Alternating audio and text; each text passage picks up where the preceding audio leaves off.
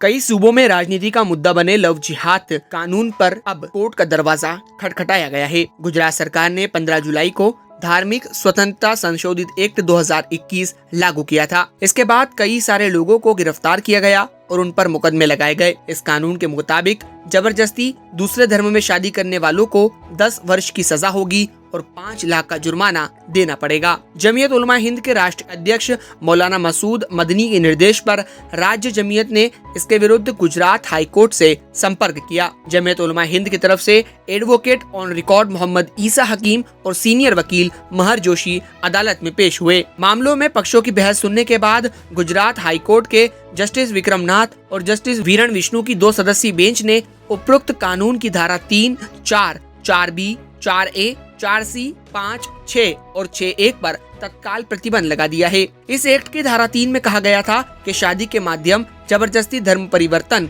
या शादी करने के लिए किसी ऐसे व्यक्ति की मदद को अपराध माना गया है।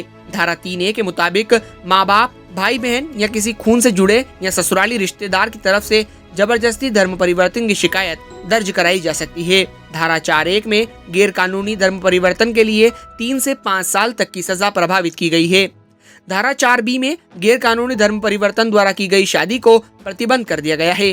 धारा 4C में गैर कानूनी धर्म परिवर्तन में संलिप्त संस्थाओं के खिलाफ कार्रवाई की जाएगी। धारा 6(1) में आरोपी पर ही सबूत देने का बोझ भी डाला गया है।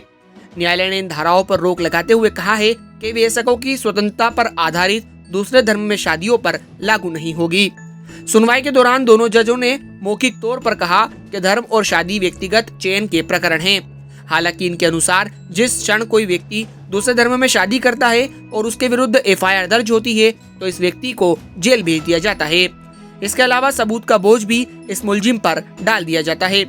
इसका मतलब ये हुआ कि अगर कोई व्यक्ति शादी करता है तो क्या सरकार उसे जेल भेजेगी और फिर विश्वास प्राप्त करेगी कि विवाह जबरदस्ती किया गया था या लालच में।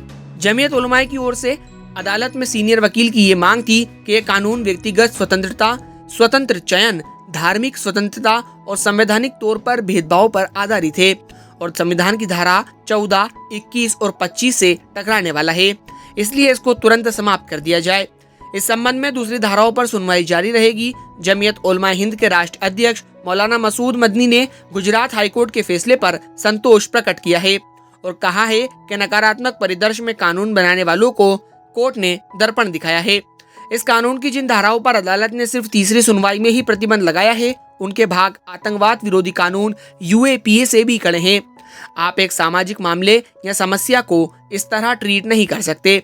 इससे मसला या समस्या का समाधान होने की बजाय और अधिक उलझनें होंगी।